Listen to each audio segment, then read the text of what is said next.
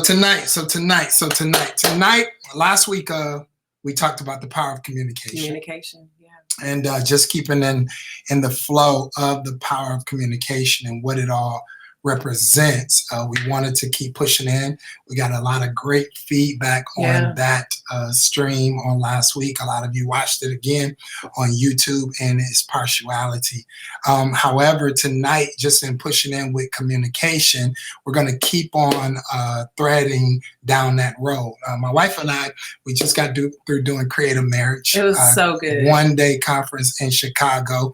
Many of you that are watching were part of that. You came. Some of you watching came and did it when we did it in October. We'll try to look forward to doing it again. However, we had some great dialogue that came out of that, and we know that some of our audience is not married, so we wanted to do something tonight that would bring it together. That was quite collective. So. So today we're going to continue in the power of communications, and we're going to deal with 5 questions that you should ask when dating and when you're married. 5 questions that you should ask when you're dating and when you're married.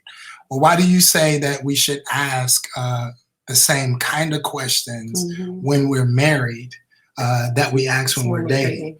Yeah.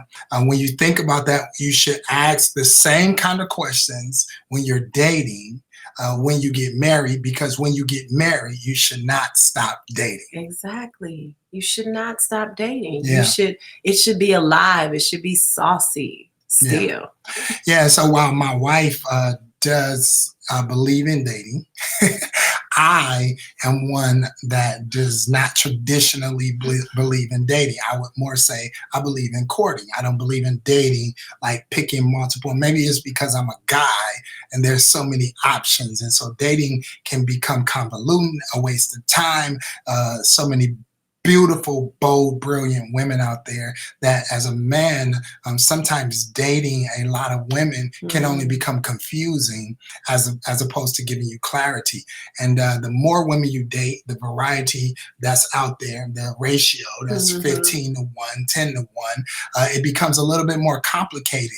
And so trying to find clarity around selecting or making a choice, a lot of guys, it's not that they don't want to make a choice, is that they're afraid to make a choice or confused about what choice to make because there's so many options. Right. And so I don't really think that I didn't like to spend a lot of time in dating because it would just create more confusion. However, some of you are saying, well, if you don't date, well, how are you gonna get married? I mean, that's a whole nother time. But my wife did bring some clarity to what she calls dating, or what the revelation of dating is. You want to tell them a little bit about your definition? For me, dating is getting data. It's getting information so from my perspective as a woman, I looked at dating as I have options. You know, I knew that I could be an option, but I took control over that in my head, and I had options. So I wanted to get information, data, when I was dating somebody to let me know if I should continue this relationship or this isn't for me. So I just need to move on and just kind of dissolve that. So for me, dating is intentional, and it was a place where you got information. And yeah, I'm going to stop there. So you would say, so your definition of dating is collecting data, collecting information. And so with that theory is where we came today. So if you're collecting data or collecting information, getting to know someone, deciding if you're going to spend the rest of your life, because the guys aren't just the only ones that get to decide. The ladies get to decide. You two are deciding if this is someone you are wanting to spend the rest of your life with. Maybe he chose you, he selected you, he saw you, but it's your decision as much as it is his decision. And so in making decision and you're collecting data or you're collecting options, then we thought about 5 questions that you need to ask. We really have 10, but we probably only get through 5 that you need to ask when dating. Now, before we give you the 5, make sure if you got to tag somebody and let them know, you're like, hey, you need to get in on this. Make sure you tag them before we get into it. Now, after you get married, then people think that, hey, I got all the information. I know you. I got you figured out. Done. Exactly. And so you stop dating. And so if collecting data is the solution or the remedy to a healthy relationship, then once you get married, you should still keep dating and still collecting data. You need to still keep asking questions, even if you think that you already know the answers. And the reason is because in this thing we call marriage, there is evolution, which means that the goal of this relationship is to grow together in a space where you do not have to outgrow each other. So if we're not outgrowing each other and we're growing together, then there will be change, there will be transformation. And if there's change and transformation, then who you were when I met you, maybe who you are when I met you is still the same, but your preferences have changed. Maybe you've evolved, maybe you've grown. And so therefore, I don't ever want to continue in a relationship assuming that I already know everything about you. Instead, I'd rather approach this relationship like a curiosity, like you are a wonderland, like your body is a wonderland, you are a wonderland, your mind is a wonderland. I'm intrigued, I'm interested in who you are and what you care about now. Right, because your marriage, these questions on the other side, your marriage is alive. It's a living organism, and you have to feed something that is alive. So the conversation, the inquiry, the questions, those cause your relationship to be alive, because even sometimes when you're asking those questions to the person that has to answer them, they may not even know that something has even changed, because they've just kind of like slid in there, because life has a way of causing us to be mundane and to be in routine. But when you pause and ask these questions, it helps you to reconnect with your spouse, with your partner, so that you can see them out of the routine. Because while you're in a routine, they might have had an aha moment and just never had an opportunity to sit down and tell you what their aha moment was. So these questions help you to be able to know where that person is right now, when outside of your routine. That's right. So we ask all kind of questions in our marriage. Every anniversary, we ask questions. We ask questions all the time, talking about having a check-in. And so maybe later on we'll give you the exclusive marriage pillow talk conversation. But today we're just going to deal with 5 questions that you should ask when dating and when married. Are you ready? You ready for them? All right, come on, say I'm ready. Say I'm ready. I'm ready. I'm ready. I'm ready. Log in, let somebody know we're about to jump in. All right, the first question that you need to ask, the first set of questions you need to ask are around shared values.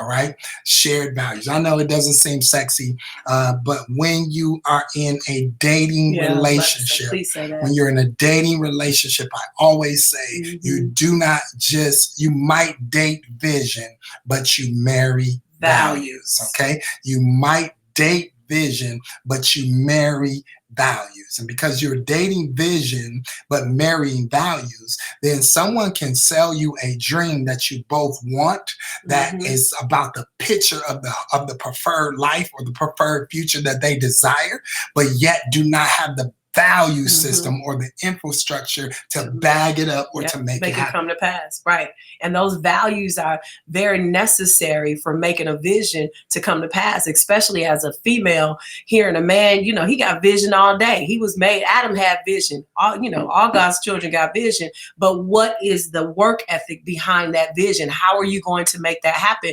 And understanding what somebody values lets you know if they're going to make that vision come into fruition. Right. So when you're talking about values, you're talking about, what do you believe, right? Spiritually, what is your faith like? Where did you believe? How are you raised?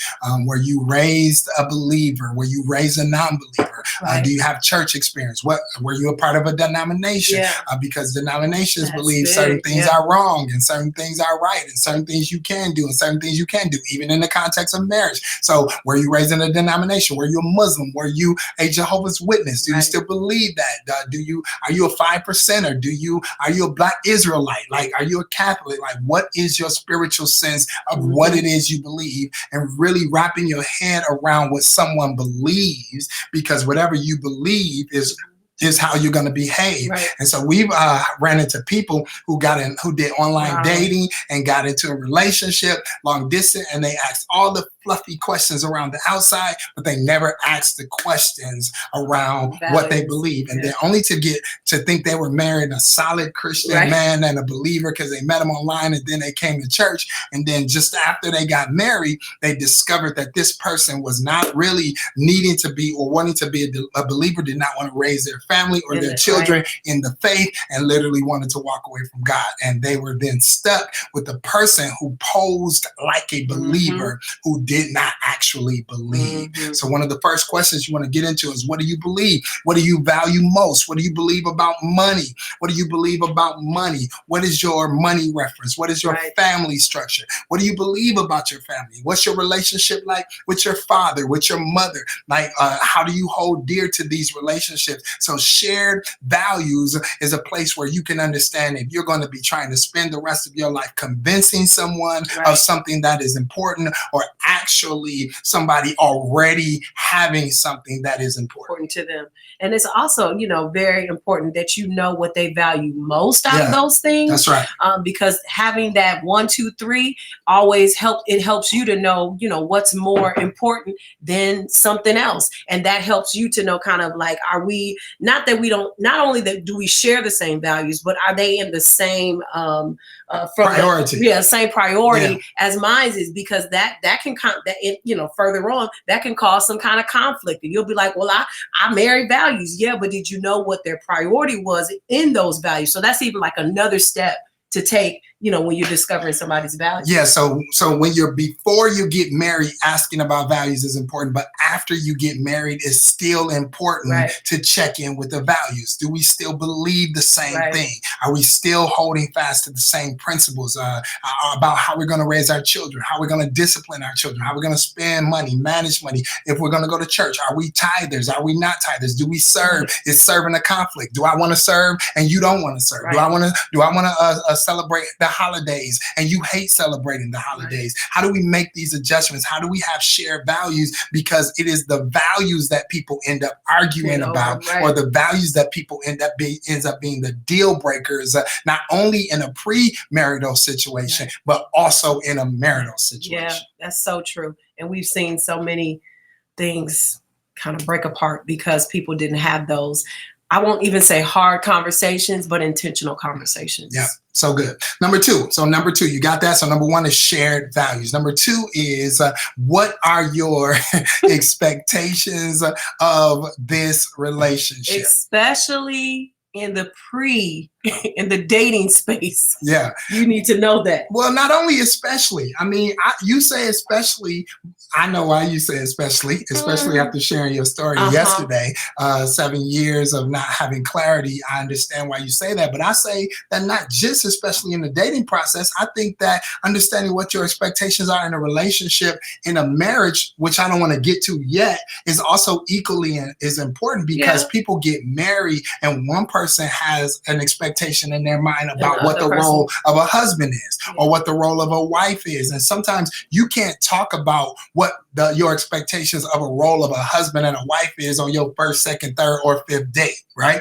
Because now it's not time to get into that. But first, second, third, fifth date, you can talk about what are the expectations of this relationship. So I think on both sides early on, not especially, you need to know what your expectations of a relationship. Let's go back to dating real quick. So when you're dating, because you feel like that's the strongest emphasis, you want to be clear about what the expectations of dating is, or what the expectations of this relationship is, because why? Go ahead. Well, I feel like you need to, I don't think right out the gate, you need to have that conversation. Yeah, don't scare them away. Because I think that will cause somebody to be like, you know, I'm good. I don't want this, like she too thirsty or whatever.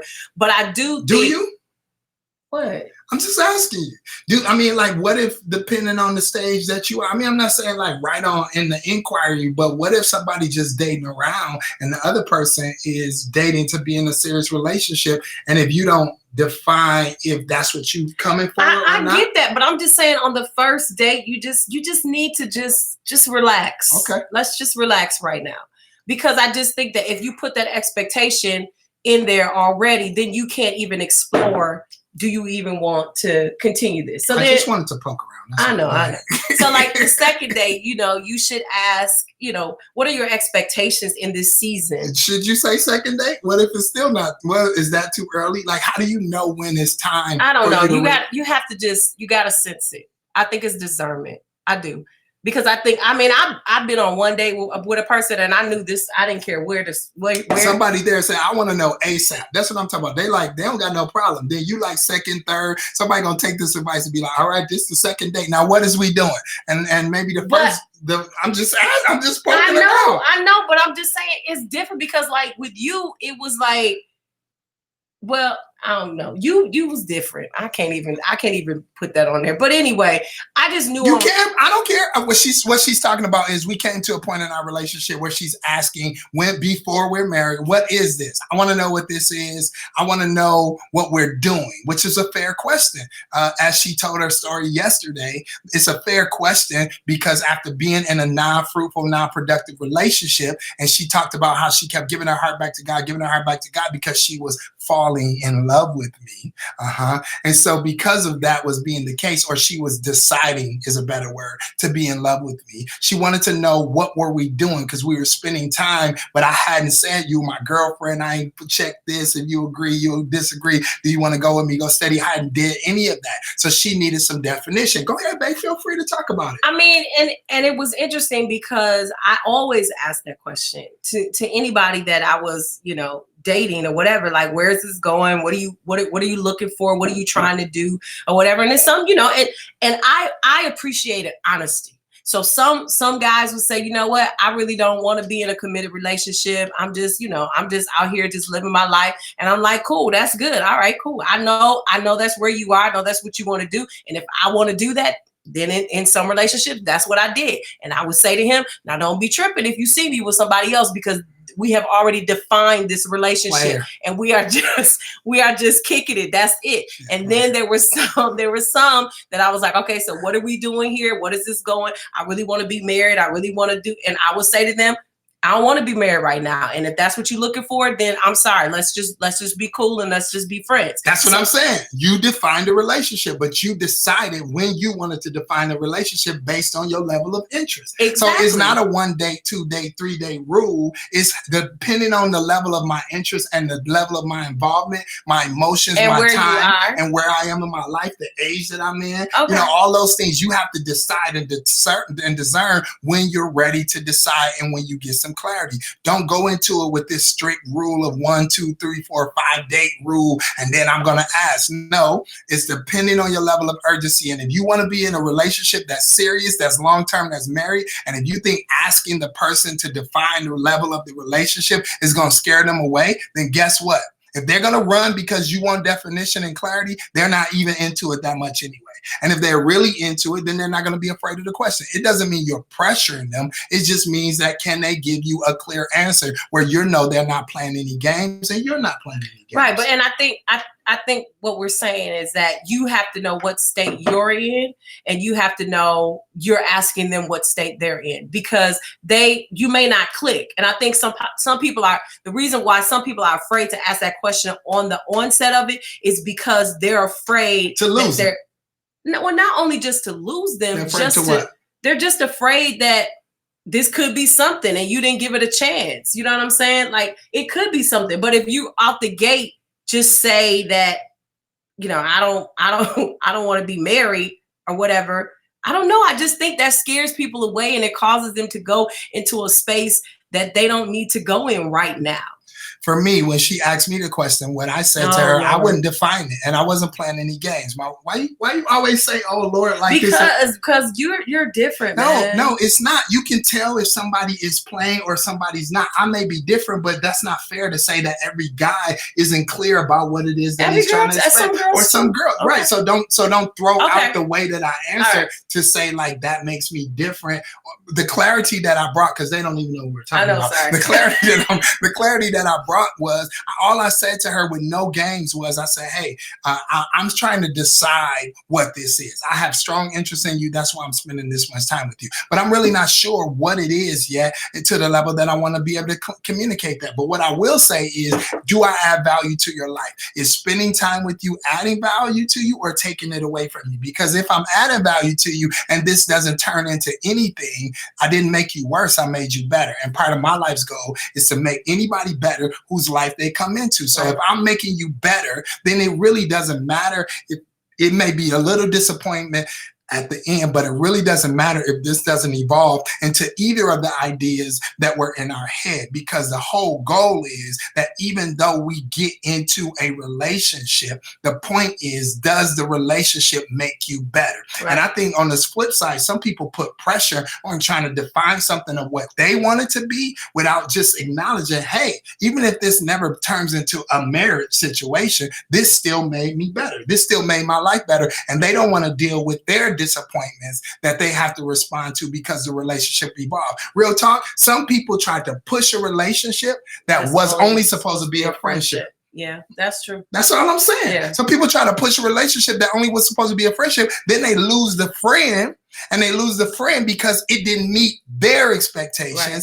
But it still met some expectations. And if you ask the question, what is the expectations of this relationship, right, then you define it early on. And if your feelings got to pull back because you just got put in the friend zone, then at least you know what to do with that relationship instead of just throw it away now and say it's nothing, right, because it didn't mean what you wanted it to. That's true. You know what I'm saying? That's true. I guess I had clarity on that. You know, the older I got, let me say it that way. The older I got, I had clarity that some people were just my friends and that was it. And I respected that and I wanted them to respect that too. But yeah. Yeah. Now, so on the marriage side, I think it's important that you always ask and define the expectations of the relationships, as I said early on, to make sure that in that space you're always clear on roles, right? Because in marriage, some people have a traditional family, some people have a non-traditional family, some people have a family dynamic where the wives take on non-traditional roles. Some wives have expectations that when I get married, I'm coming home, I ain't working. Some husbands have expectations that when you get married, you're going to keep on working. And so it's like, if you don't define these expectations early on, you can fall in love through all of that and have an expectation, want to get married, and then boom, run into when it's kind of invitations out, wedding date is set. Now you're running into conflict because you didn't have clear expectations. So on both sides, you all right? And so on both sides, you think about it from both perspectives that, hey, I want to be married on this side, and I want to have clear expectations on the premarital side, and I want to have clear expectations on the marriage side. All right. So number one was share values. Yep. Number two was what is this relationship and how do we define it? Make sense, guys? All right. Number three, how do we disagree and how do we handle disagreements? All right. How do we disagree and how do we handle disagreements?